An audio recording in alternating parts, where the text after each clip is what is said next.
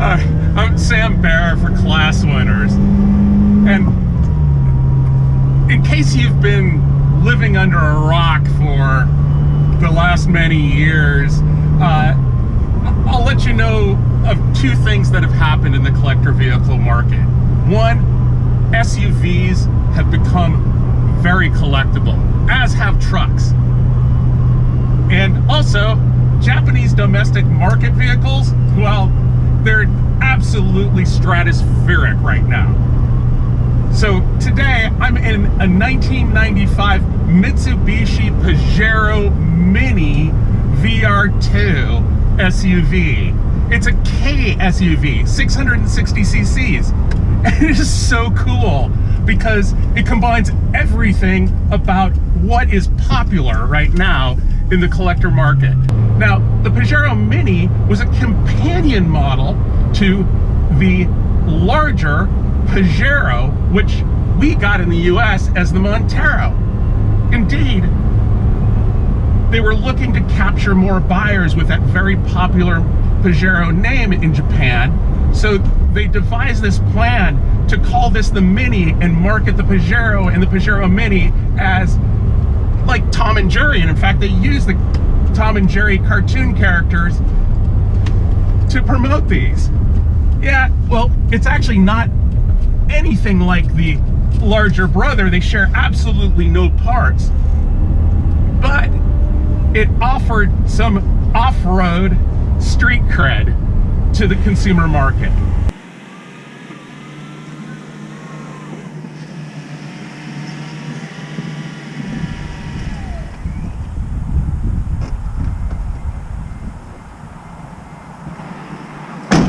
You know, it's not shocking that the usual immediate comparison of the Pajero Mini is to the US Suzuki Samurai.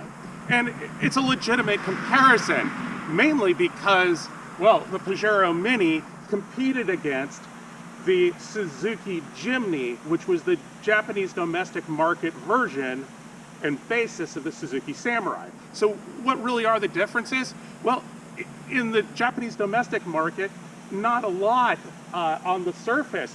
They're both K vehicles, which means they're both 10'10", and that means that they're the same length as, well, any of the other K vehicles, like the K trucks and vans and the supercars like the AZ1, Honda Beat, Suzuki Cappuccino. But the differences between the Suzuki Samurai in the US, which was based on the second generation Jimny, and the Pajero Mini are pretty significant.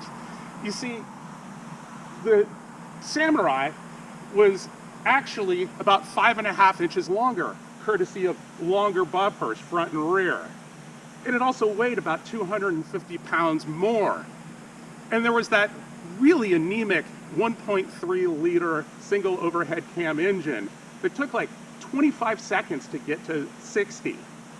But what makes the Pajero Mini so much better than the Suzuki Samurai, or even the Pajero Junior, which, like the Suzuki Samurai, had a 1.3 liter single overhead cam engine and longer bumpers, and was released in the Japanese market starting in late 1995. Well, it really has something to do with this badge, the VRII badge, and what lies under the hood.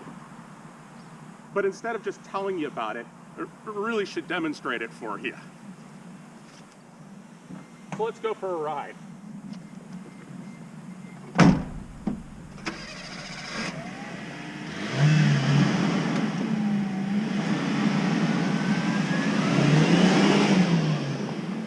So, powering this little beast is the top dog dual overhead cam, 5 valves per cylinder. So that's 3 inlet, 2 exhaust, just like a Ferrari F355.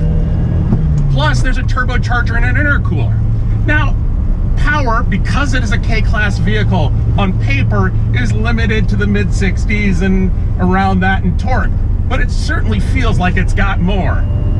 And when you get on the throttle, this little tiny turbo just feels like it spools up immediately. That's so cool.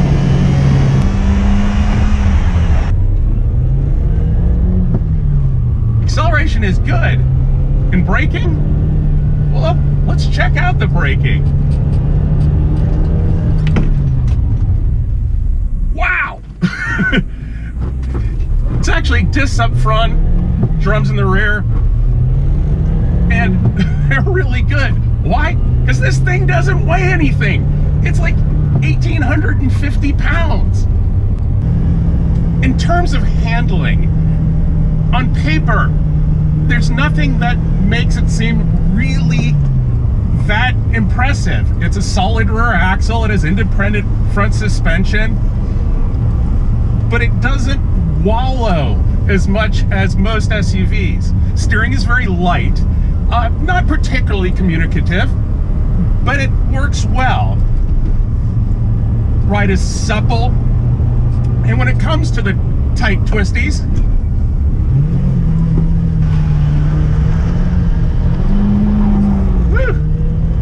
kind of fun.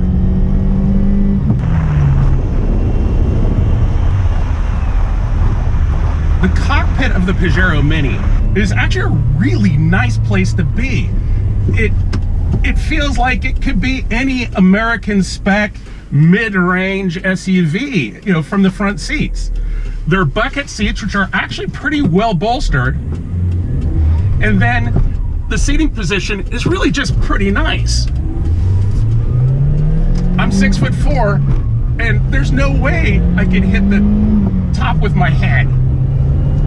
So steering wheel, just a standard issue mid-90s steering wheel, no airbag. You got a tachometer, speedometer, fuel, temp gauge, and then in the center stack, not only do we have our HVAC system, yes, it has air conditioning, and the radio, but it also has, well, you can tell it's made for off-roading. It's got a compass, it's got temperature, it's got an altimeter, and we're running at sea level right now. Probably the most unique feature of the Pajero Mini is this gear shift. It's almost, well, it's almost like Alfa Romeo-ish in that it's canted. So shifting is kind of funky. It's at a diagonal angle. Accommodations for 4 passengers really is limited to 2 adults and maybe a couple kids behind in the very flat, very, very small seats behind. It actually is better if you run it as a 2-passenger vehicle. Then you've got this commodious flat space behind you for bringing stuff, or a 4-legged friend.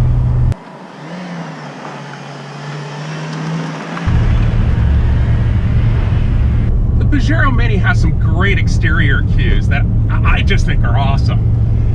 The first thing you notice is the chrome bully bar in front. That was standard equipment. And then you have this cool third side mirror on the passenger side that allows you to spot for where the rocks are and where you're putting your wheel. And then, of course, you know you're in the high performance version because you have this tall functional hood scoop that runs cold air right into the intercooler. This is performance stuff here.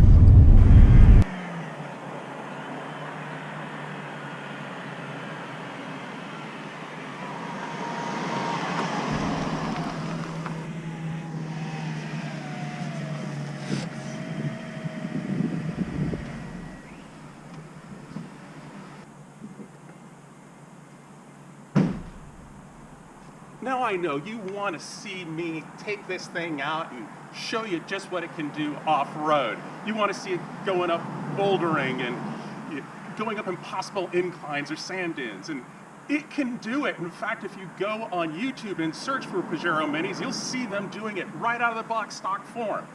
But this one came to us in such a beautiful shape, and these are usually pretty used up and beat up and rusty, that it would just been a shame to beat this one up.